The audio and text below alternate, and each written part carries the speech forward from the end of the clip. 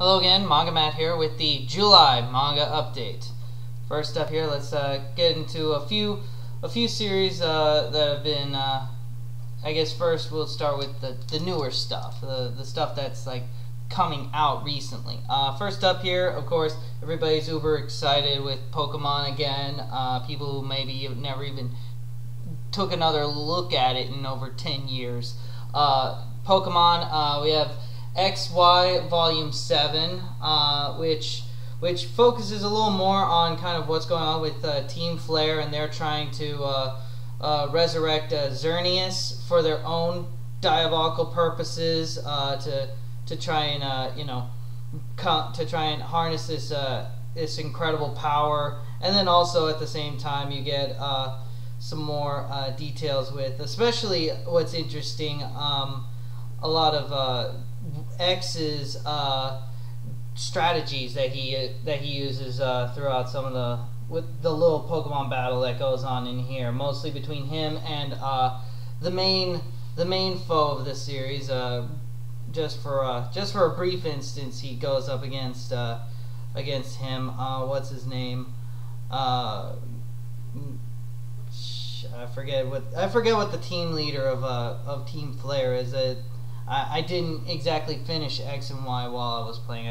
I started, and then like I was having kind of a difficult time trying to get to the various gyms. I don't know what was going on. It seemed like I was just having a hard time navigating it, which is odd because when I played, Black and White, like I had no problems like showing up to the gyms and taking them out. But this time, X and Y, it stalled me, and then I moved around, so I didn't really go into it as deep as Black and White yet. But I hope to try and find some time between now and when Sun and Moon come out. But needless to say, so he's fighting against him, and it's interesting that part of the initial strategy that he was going towards in this was actually that his opponent, the leader of Team Flare, wasn't sure which Pokemon on his team was picked for Mega Evolution, and he kind of used that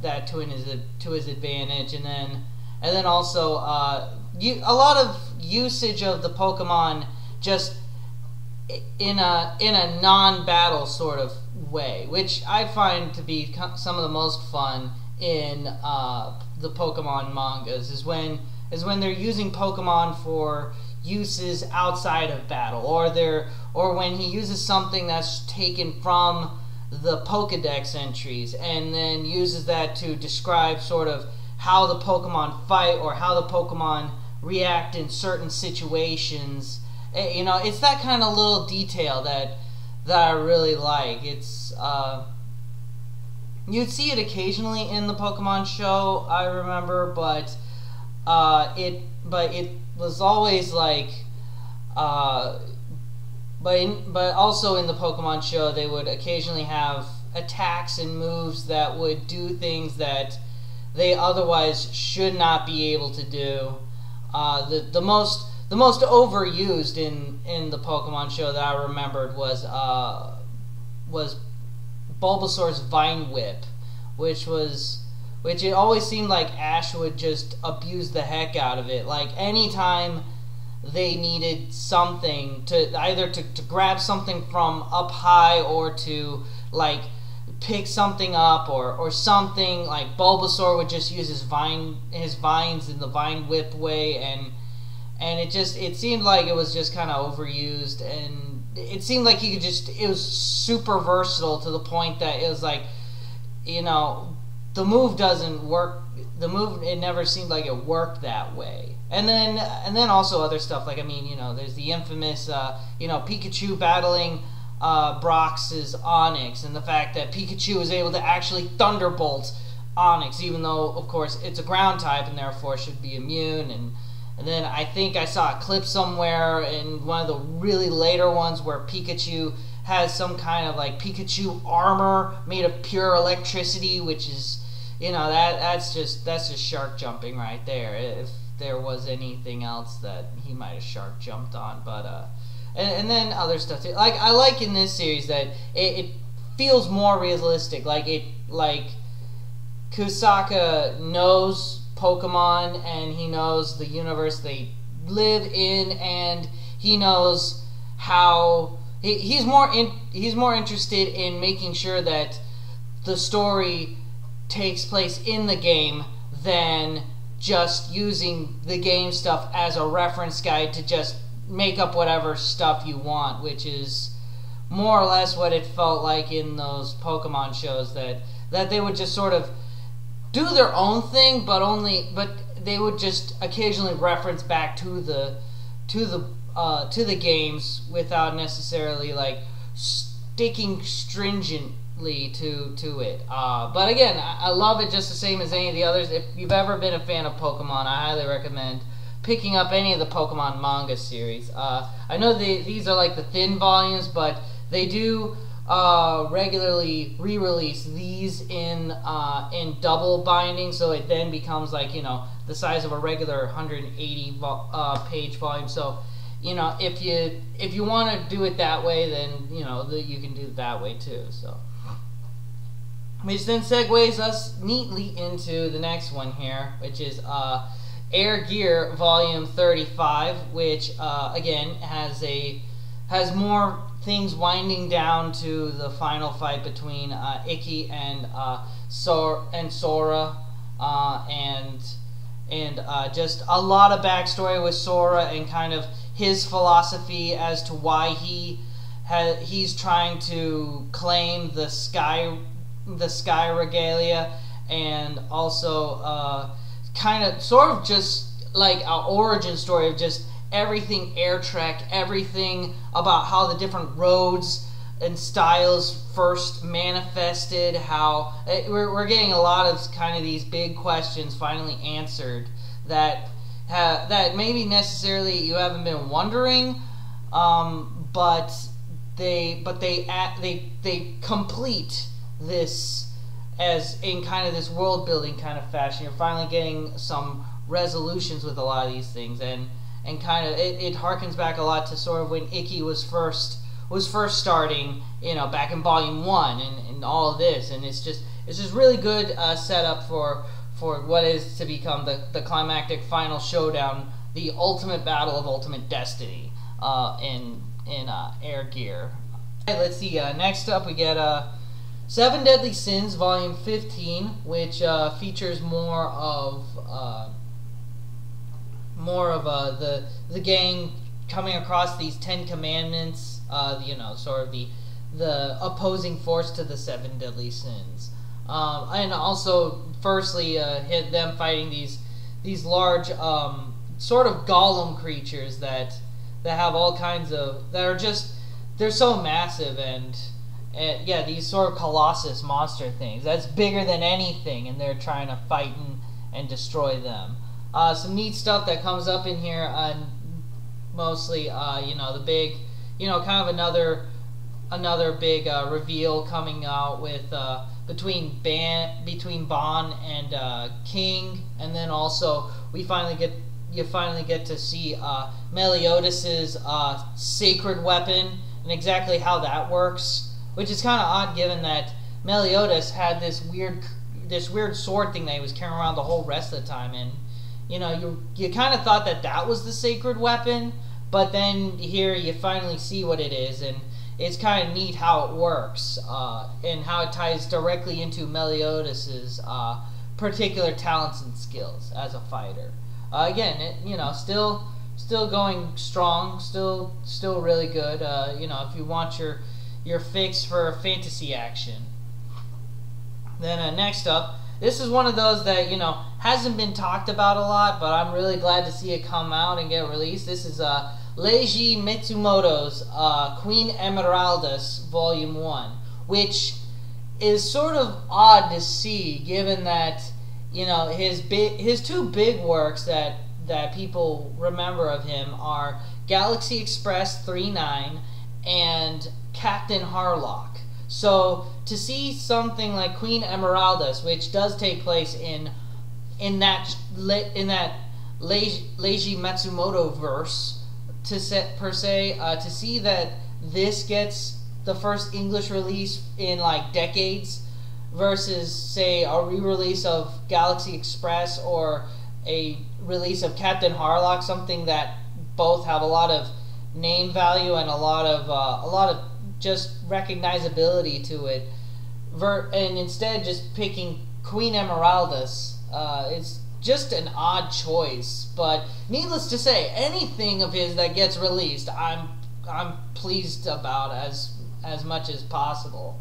This again, in true Matsumoto fashion, there's no really overarching plot. There's just Queen Emeraldas, who's sort of this pirate queen, and her sort of coasting across the galaxy, and she encounters this one young boy, Hiroshi Umino, who wants more than anything to just build a spaceship and just go travel. And he encounters Queen Emeraldas very early on, and she inspires him, and at the same time kind of sort of helps him along in some ways to kind of get out and go journey. And throughout these very small vignette stories, you see her encounter worlds that are run in slavery, worlds that have some kind of hierarchy to them, other worlds that are bristling with potential, others that there's maybe just people that have thrown away their dreams, and that's always been a big theme with a lot of his stories. You go to this world and you find that there are some people there that at one point had all this hope and potential, and they were ready to just take life by the throat, and then slowly through time they sort of got settled, and things kept coming up, things kept getting in the way for them, and time wore them down, and they reached a point where they had to give it all up, and usually they sort of pass this wisdom on to one of the young protagonists, and sort of give them the leg up that they never got to seek out and follow their dreams, and it's always a lot of that kind of melancholy that prevails a lot through these different stories. This gorgeous release here, we got the front, and then also the back looks a lot like those control panels you see in a lot of his works. Also, again, nice hardcover, and also too some gorgeous high gloss paper that's being used here.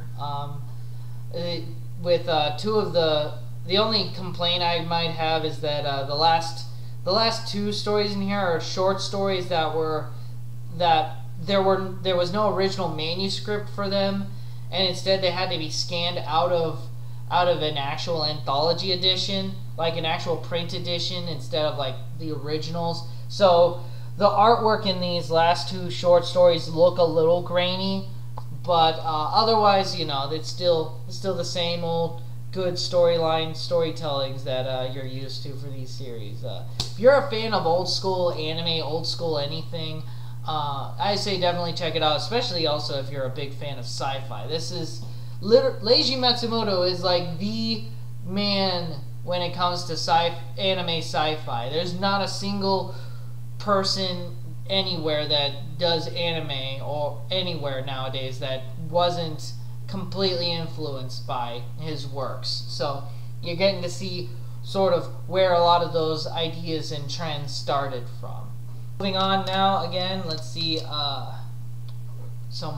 here's some manga series that have previously come out, but I'm only just now getting around to them. No more new stuff. Now it's just new to me stuff. All right, first up, I've made no small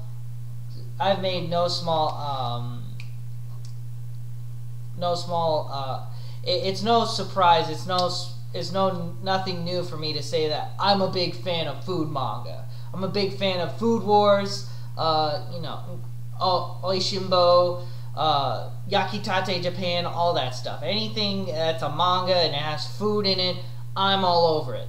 And one of the big ones that I was always wanting to try and get a hold of, and finally got a hold of, is Wok Jan, or Jan.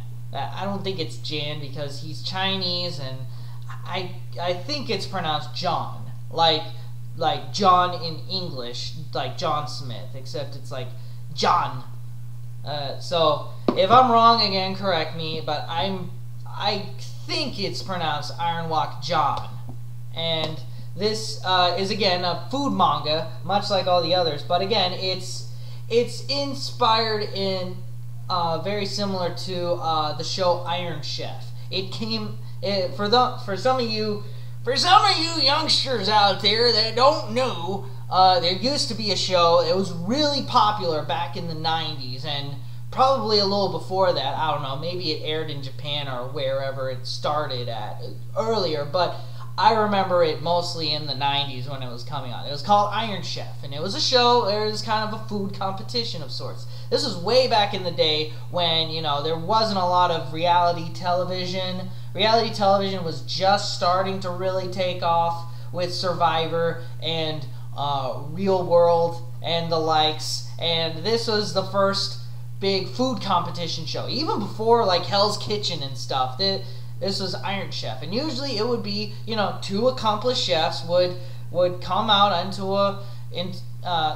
front of an audience, and they would both cook a particular dish. They would be saying something like cook a dish involving chicken, cook a dish, cook like a dessert dish or something, and they would set some very basic parameters, and then the two would cook off, and then who cooked the best meal, and they would win, proceed to the next round. It's called Iron Chef, and so I think that in a way Iron Wok Jan was again heavily inspired by that, and even today with Food Wars, that is a direct inspiration of a lot of the stuff from Iron Chef. It was a really big show for a lot of us food fans out there. I think it was one of the first big hits on the Food Network as well, aside from like Emerald Live. I think it was like Emerald Live and maybe Paula Deen or something, but then it was also Iron Chef. But regardless, again, it's much the same fashion. You have John, who's featured here on the cover. He's a talented chef who trained for years with his grandpa in the art of cooking Chinese food, and he manages to finally make his way to this restaurant called Gobancho, and he wants to sort of prove his worth and become the best chef of Chinese cuisine in the world. And throughout the first 5 volumes, we see him and his main rival, a woman, Kiriko, who sort of go against each other and against other chefs in cook-off battle competitions. I really love it because it's got a lot. It's very extreme. The only thing. It's got a lot of extreme kind of cooking stuff on there. Like very early on, like he's cooking with beef intestines and monkey brains and stuff you'd never see or even think about being food items. I think one of the chefs in like volume 4 or 5 from one of the finals uses frog fallopian tubes, which I didn't even know like that was a thing. Apparently, that's a delicacy somewhere. But it's very fascinating. I love it. It's very different from your typical shonen series, mostly because Jan is a complete jerk. He believes he's the best at it. He's in most ways is in fact the best at it. He constantly rubs it in other people's faces when he tears them apart in a food competition. He will occasionally stack the deck in his favor when he can to win a cooking competition. In one of the early competitions in here, he purposefully makes him go first. He purposefully goes first in a food competition because he knows that his opponent is cooking a food that, when it cools down, tastes worse. So he purposefully goes first so that it gives him an edge. And I don't know, it's refreshing when you read a lot of shonen manga series and you see a lot of main characters who, you know, always have that moral high ground. They're always squeaky clean. They always play fair. To finally see like a main character who's like, yeah, he'll occasionally indulge in a bit of the you know, dirty pool if he knows it's gonna give him an edge. I mean, it's a competition. You're supposed to try and win, and a lot of that does go into his character because he does make mistakes, especially in the main competition. He makes a few mistakes, and a lot of that is contributed to the fact that his character for right now in the first 5 volumes is about being the best. It's not about cooking food for people. It's about cooking food that will win competitions.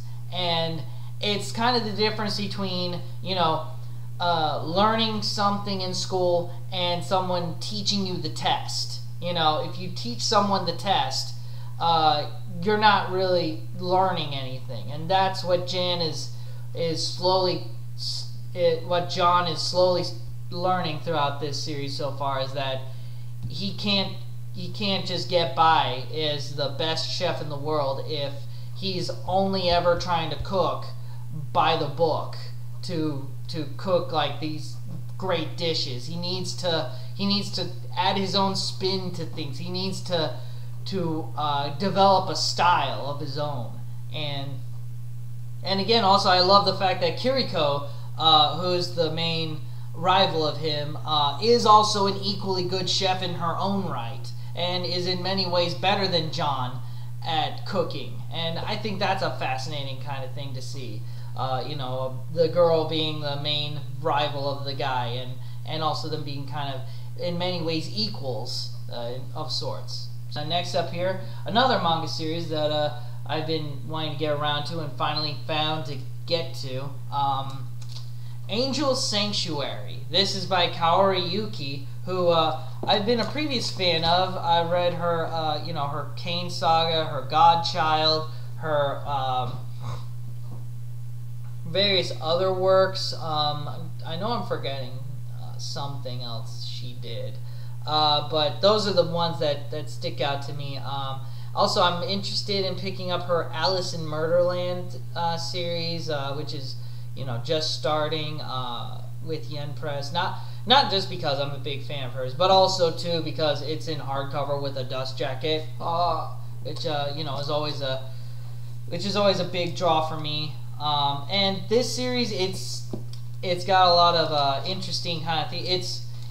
If you're a Christian though, you're not gonna be into this because it's using Christian lore and a lot of these ideas and concepts in the Christian tellings of like angels and a lot of the angel hierarchy and stuff that's not necessarily in the Bible. That's like it's kind of covered in these other supplemental works and teachings that are related to the works that are related to things in the Bible, and so again, if you're a fan of, if you're a devout Christian and you don't like when people make you know, artistic liberties with things related to that, then you're not gonna want to read this because she kind of just takes a lot of those ideas and she kind of does her own thing with them. But I find it interesting what she does with them. Mostly it's kind of this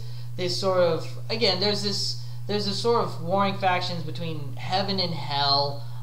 It was this war that was waged ages ago, and as a result there was one angel named Alexiel who was punished and banished to forever be reincarnated in tragic lives, and her current life is as a guy named Setsuna who falls in love with his sister Sarah, and he finally discovers his tragic history, his legacy and his destiny being involved with these angels and all the things that he's done that in this past life that are now coming to affect him now. It's a lot of stories involving like reincarnation, the sins of the past influencing you in the present, a lot of him sort of developing and coming into his own identity as this former angel, and a lot. And at one point right now, and I'm only through volume 5, which is a quarter of the series.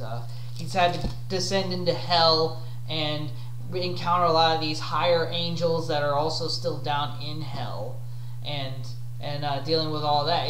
It's a interesting series, but it can be if you're the kind of person that doesn't like stories that have a lot of details in them, that if you're the kind of person that forgets details in stories easily, definitely don't read this, because they'll mention stuff and then you gotta remember it for later because it comes up again later. You know, there's a lot. It's kind of like Game of Thrones in a way. There's a lot of different storylines that are happening at once from various different characters, and you gotta be able to juggle them all and remember them all.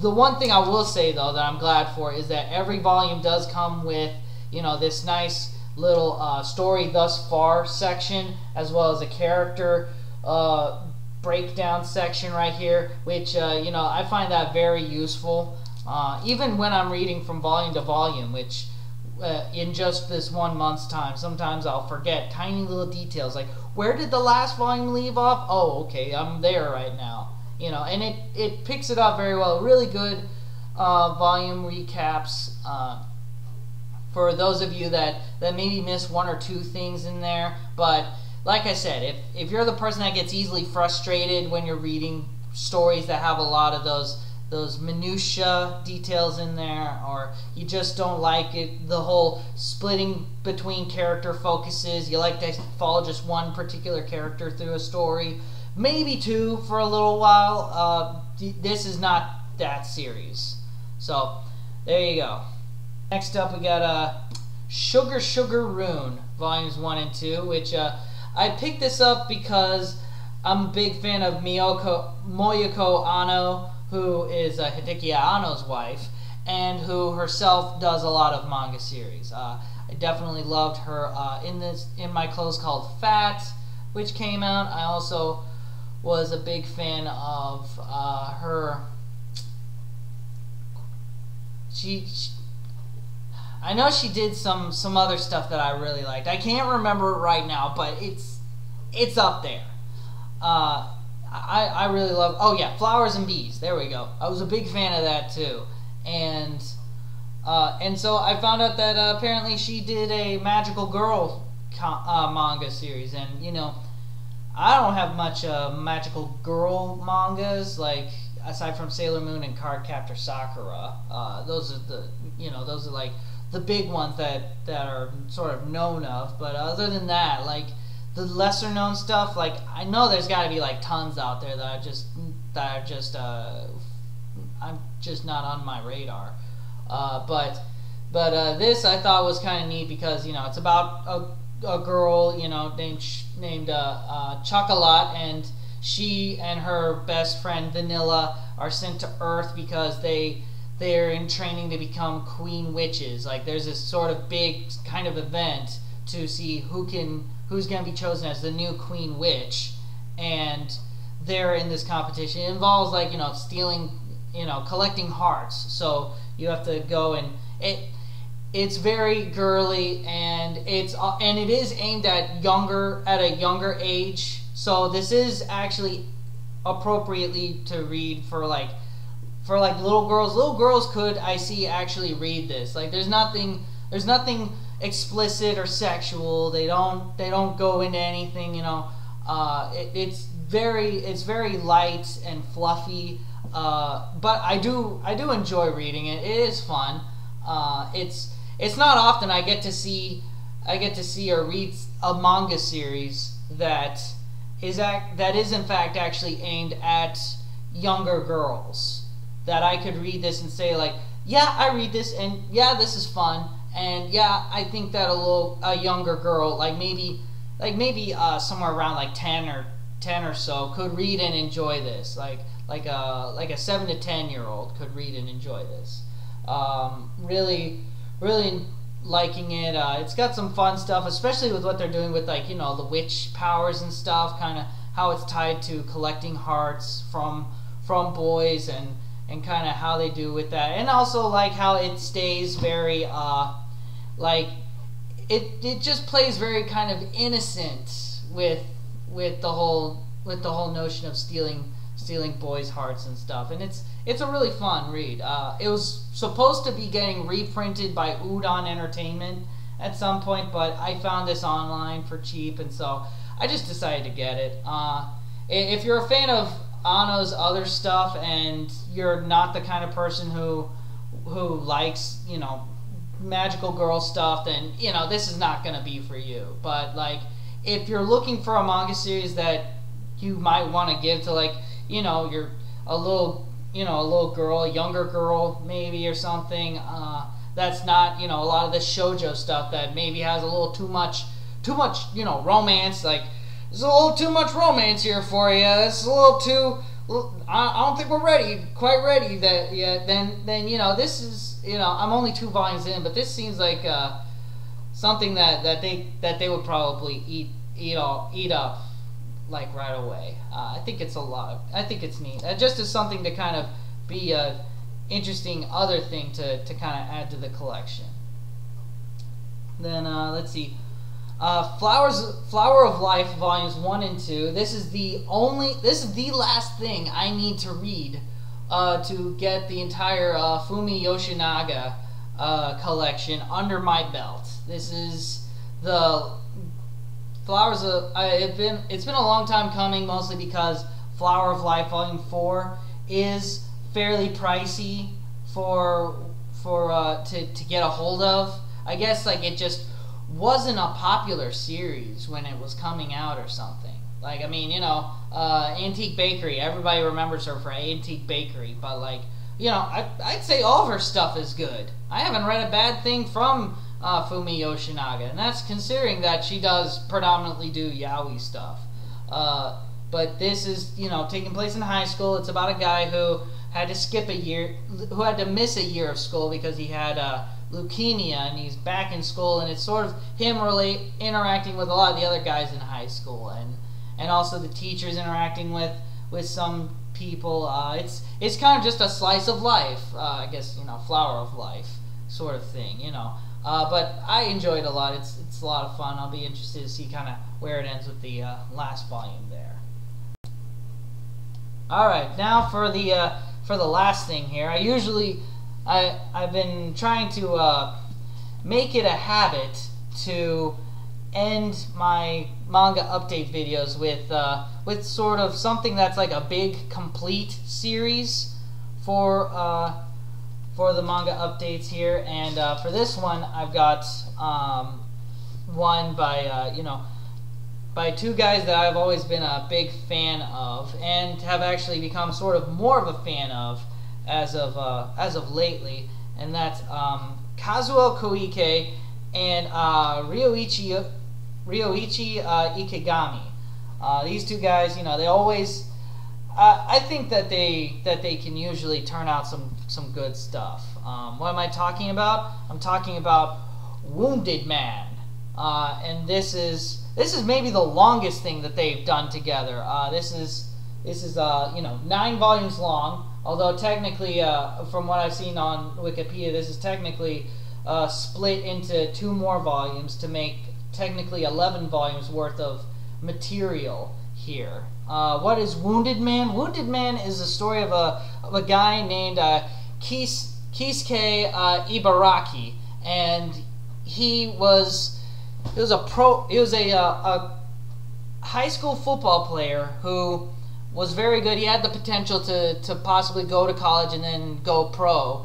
And while on his you know, his climb to professionalism, him and his girlfriend are sort of captured and taken by this secret covert group called GPX, which is a pornography company. They specialize in creating extremely high profile,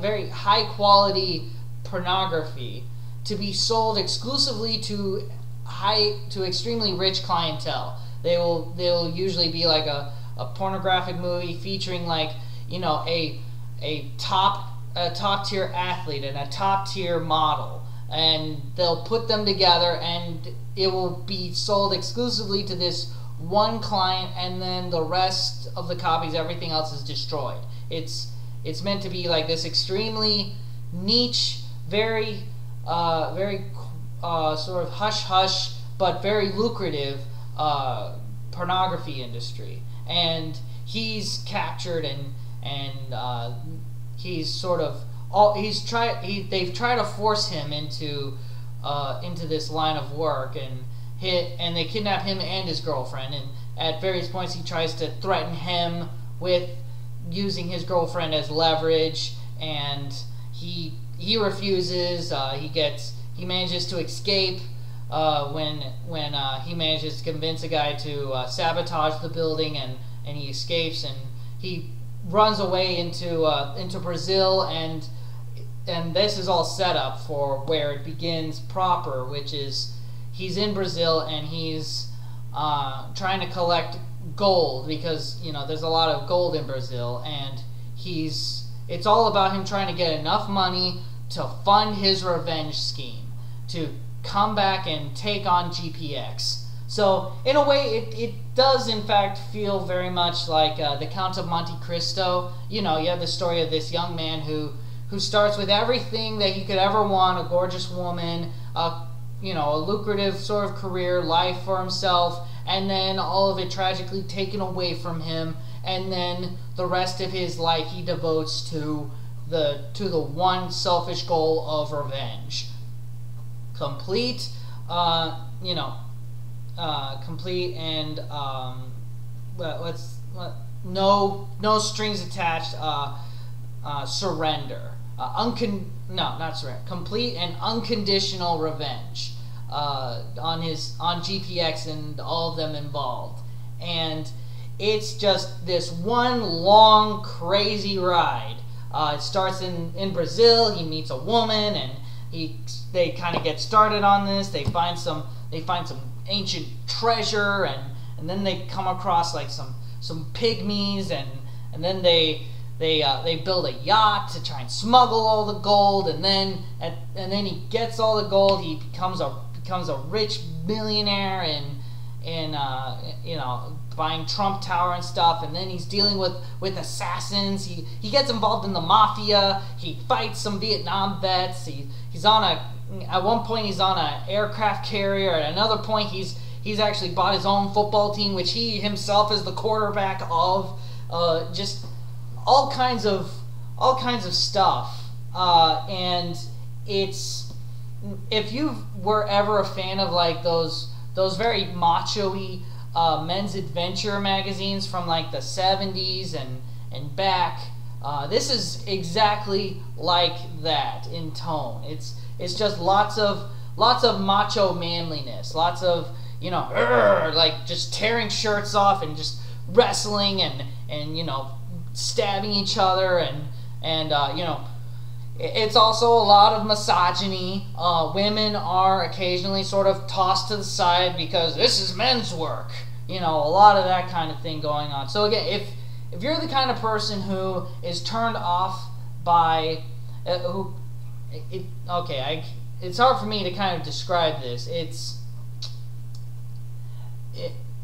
There are a lot of points in this story that it would be really easy to write it off, and there's a lot of things in there that are, you look back on it from our time now, and you say, I just can't get into this. This is uncomfortable as hell. And for those, I would say, okay, if you find that uncomfortable, then I don't blame you.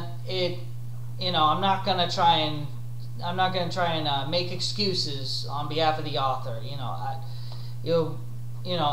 It doesn't particularly affect me in a personal kind of way, because in my mind I know kind of what he's going for, which is this super macho-y men's adventure kind of feel. And a lot of times stories like that involved a level of exploitation.